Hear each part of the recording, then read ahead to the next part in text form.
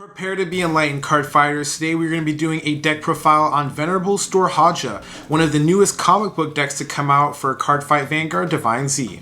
Now, Venerable Stoichea is a fantastic deck to take advantage of Codex orders. These orders apply power-up skills to both you and affect your opponent.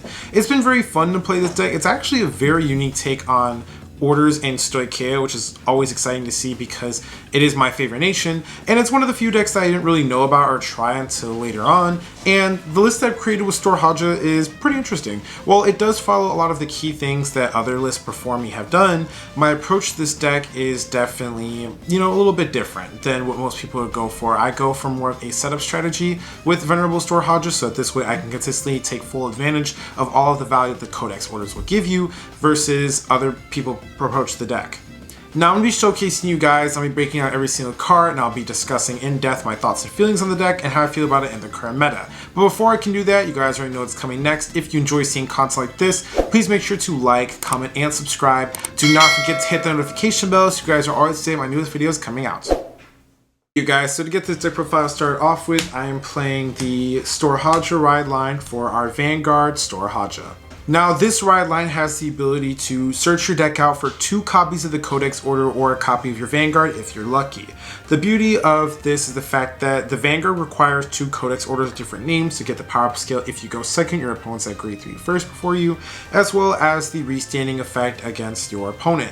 Being able to activate double Codexes every single turn is going to be very important for this deck because it's how you're able to guarantee yourself 5 attacks, reduce your opponent's power, give yourself critical, and do a bunch of other crazy shenanigans. There isn't any flexibility in the ride line for this deck. You have to play this Codex ride line because you need to maximize your consistency on making sure that you hit both books every single turn.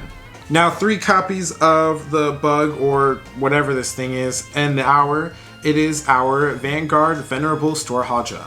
Now, Stoichea is making its debut on the channel, so we have to go over its effect. The Vanguard simply states, continuous Vanguard circle during your turn. If your opponent's Vanguard is grade 3 or greater and you played a Codex order this turn, all of your front row units get power plus 5,000. Auto Vanguard circle once per turn when you play a normal order if your opponent's Vanguard is grade 3 or greater. Until the end of turn, you can play an additional order this turn and cannot play orders other than Codex order. Auto Vanguard circle when this unit attacks, costs counterblast 1, choose one of your rear guards for each time you play a Codex order this turn and stand it.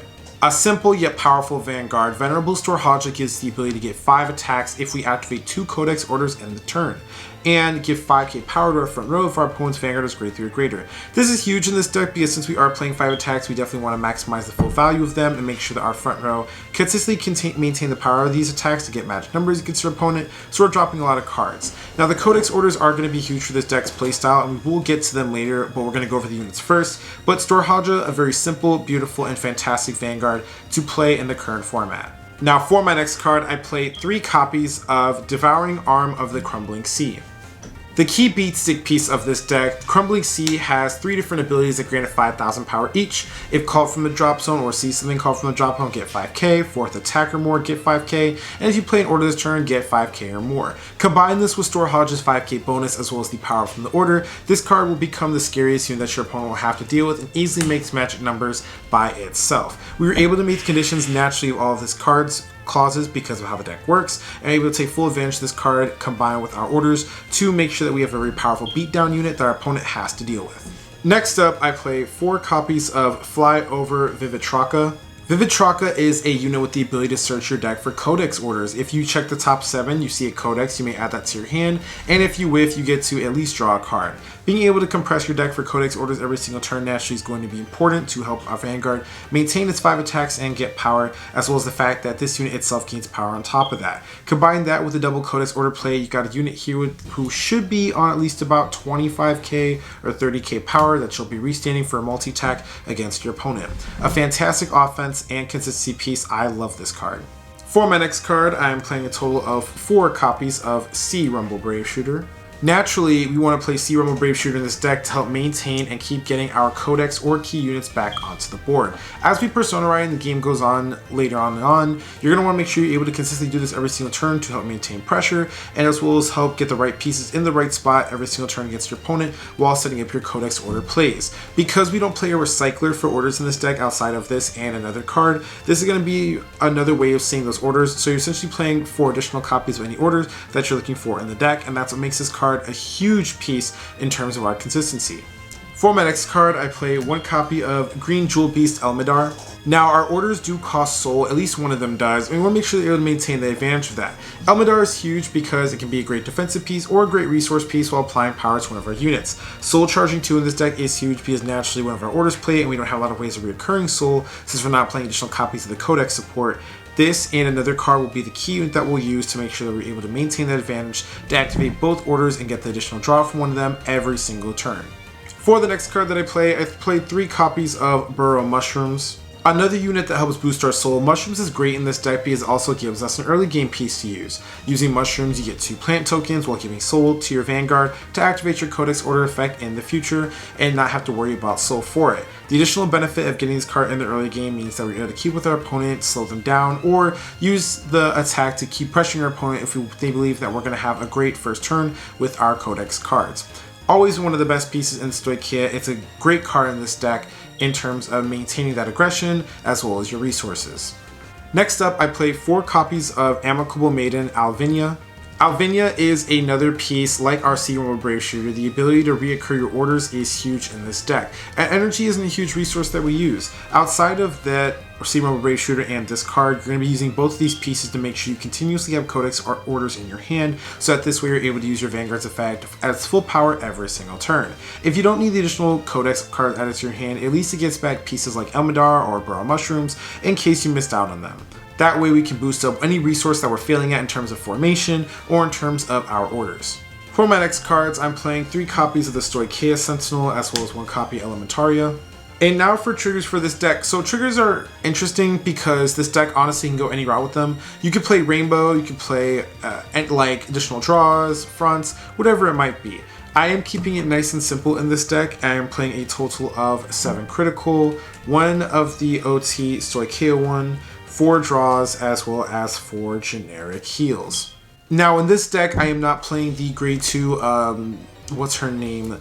Sophia, or I forget what it's called. But essentially speaking, it's the grade 2 Festival Collection or Special Series unit that is a hybrid between it and Keter, lets you check the top card, get an order back to your hand, or call something grade 2 or less. Unfortunately, that card right now is just very much out of my price range, and I just don't feel the need to spend money like that on a deck like this right now.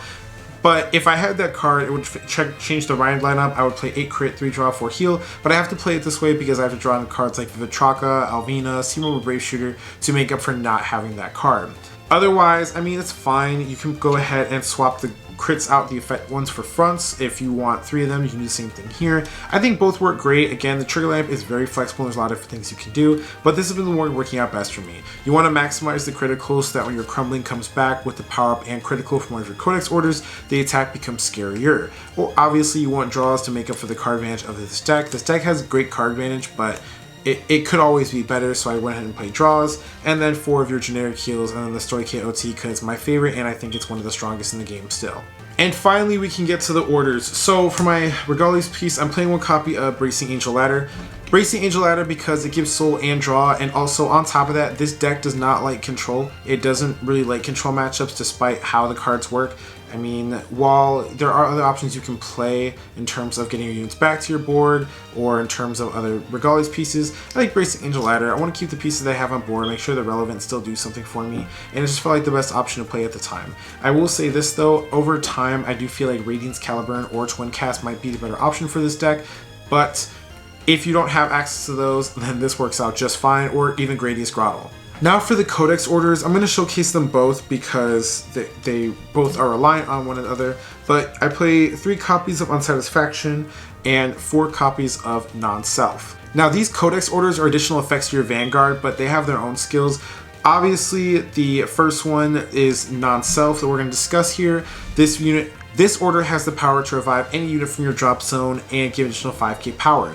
If it stands by a card ability, that you will also get +1 critical as well. This is your offensive order. This is the order that allows you to help push, maintain pressure, as well as get more advantage from the restanding ability from Venerable Stoeirhaja, as well as the additional power your Vanguard gives to the said called unit as well. Now, the defensive order, or the order that affects your opponent, is Unsatisfactory. This is the one that everybody loves. It's got a very strong effect, and it simply states, until the end of your opponent's next turn, by Soul Blasting 2, you may reduce your opponent's power by 3,000, draw a card, and then subtract their grade by 1. A key thing about this card is the fact that this skill is passed on to the player, not the Vanguard. So if your opponent rides up over this card, you still get the -3k and -1 drive. This is huge for decks that have restanding Vanguards that already subtract their drive on the second attack, or restanding Vanguards only, get 1 drive check. So against Varga, this is actually really annoying. Against like other restanding decks, that's annoying as well, that they have to deal with that and this subtracted power, because it makes defending a lot easier. It makes that draw trigger like a much better shield than what it normally would be, because the opponent's not at the 23 or 13 with you to match for that. So getting that extra defensive buff as well as a draw from this card is huge. It also lets you compress your deck a little bit more. I'm simply playing more copies of this because if I can't pay for this for whatever reason it might be, or if I don't have access to this, it's better just maximizing your offense on your own turn anyway. So this card ends up becoming a lot better. Both Codex orders are extremely important to the deck, but I just feel like 7 was all I needed. I have ways of getting it back thanks to Alvina and C Rumble. I have ways of searching it out. You're guaranteed 1, at least from your ride line. You have a Vitraka for a search, and then the grade 1 your ride line searches as well. Even if you discard these cards while riding up, you have plenty of ways of reoccurring them to get them back. And if you want to make more space for something, you can even cut one of these for something else, but that is something just to keep in mind while playing this deck. Venerable Stoeirhaja is a fantastic addition to the Stoichea nation. It's been wonderful to play this deck and definitely give it a try. I would honestly give this deck a high C or low B- ranking. I give it that because the deck flops really bad if you can't get those double Codex in. Those 5 attack pressure as well as the non-self, the one that gives your Vanguard player, the effect is very huge. It doesn't just affect your offense in terms of the power that you get from non-self and things of that nature. It affects your defense as well, because a lot of decks right now, they maximize power on their Vanguard, they make really good numbers, and you want to be able to subtract their power and take away their drives because it reduces your chance of having to deal with harmful criticals, while decks are getting new ways of compressing and moving faster. The non-self is great for your offense. It gives additional critical pressure outside of drawing into triggers, which is always wonderful, and it's a recall on any of our units, which means that even though our deck might not have the best card advantage, it gives us the power to set up our board to help win the game. Combined with the Vanguard's ability for additional attacks and additional power, you got yourself a very clear winning strategy here. Use both orders, get them live, get them active, restand multiple times with your Vanguard, and continuously beat them down that way. But with that being said, card fighters, thank you so much for staying tuned throughout the entirety of this video. Let me know what you think about it in the comment section below. And I am your host, Prime Vanguard. I will catch you later. Peace.